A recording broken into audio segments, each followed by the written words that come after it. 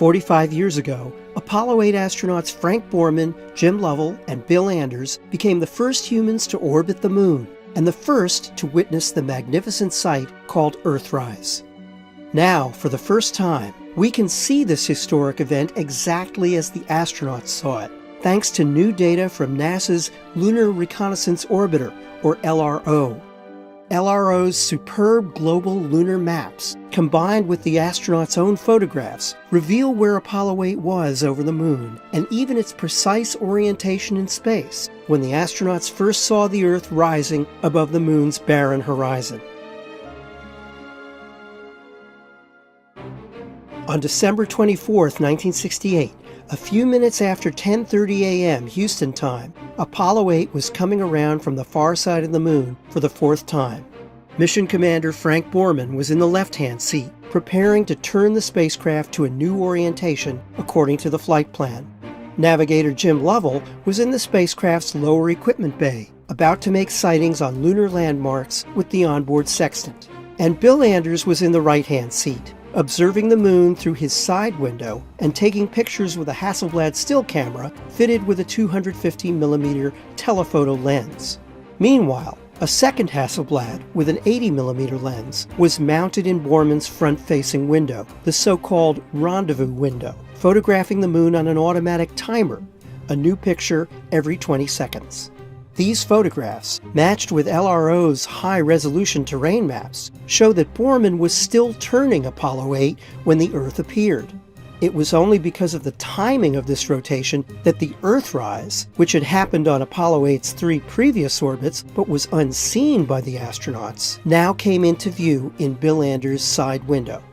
Here's what it looked like, as recreated from LRO data by Goddard's Scientific Visualization Studio. You'll hear the astronauts' voices as captured by Apollo 8's onboard tape recorder, beginning with Frank Borman announcing the start of the roll maneuver.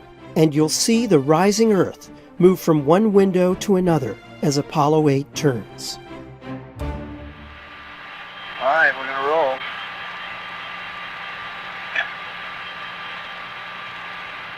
Ready?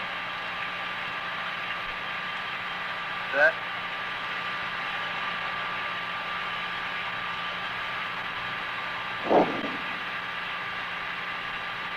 The impact crater with at just prior to the subsolar point on the south side, and the floor of it nearly even, except there is one dark hole,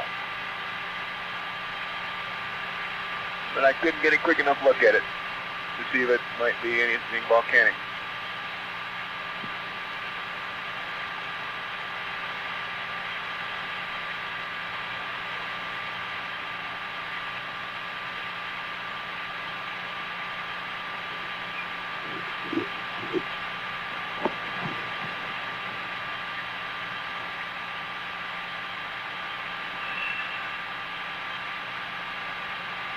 Oh my God, look at that picture over there. There's the Earth coming up. Wow, is that pretty. Hey, don't take that, it's not scheduled. You got a color film, Jim? Hand me a roll of color quick. Oh man, that's great. Where is it? Quick.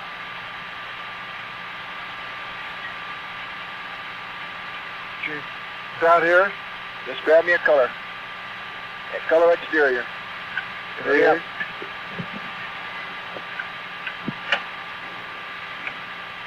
Got one? Yeah, I'm looking for one. C368. Anything, quick. Here. Got it. We missed it.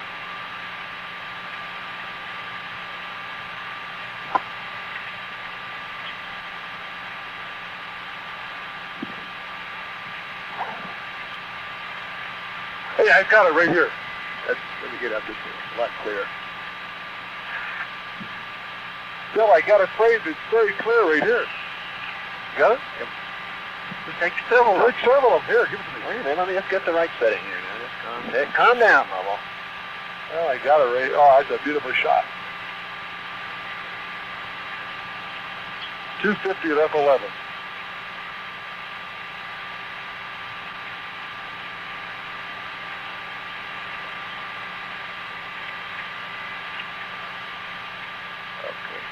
Now there's explosion. I did. I took 2 up there. You sure they got it now? Yeah, it'll come up again, I think. For the astronauts, seeing the Earthrise was an unexpected and electrifying experience. And one of the 3 photographs taken by Bill Anders became an iconic image of the 20th century. But as we've just seen and heard, that photograph was actually a group effort. Not just because Jim Lovell found the roll of color film and gave it to Anders, but because the astronauts wouldn't have seen the Earth if Frank Borman hadn't been turning the spacecraft just as it was coming up. Today, the Earthrise has become a symbol of one of history's greatest explorations, when humans first journeyed to another world and then, looking back, saw their home planet, in Lovell's words, as a grand oasis in the vastness of space. I'm Andrew Chaikin, author of A Man on the Moon.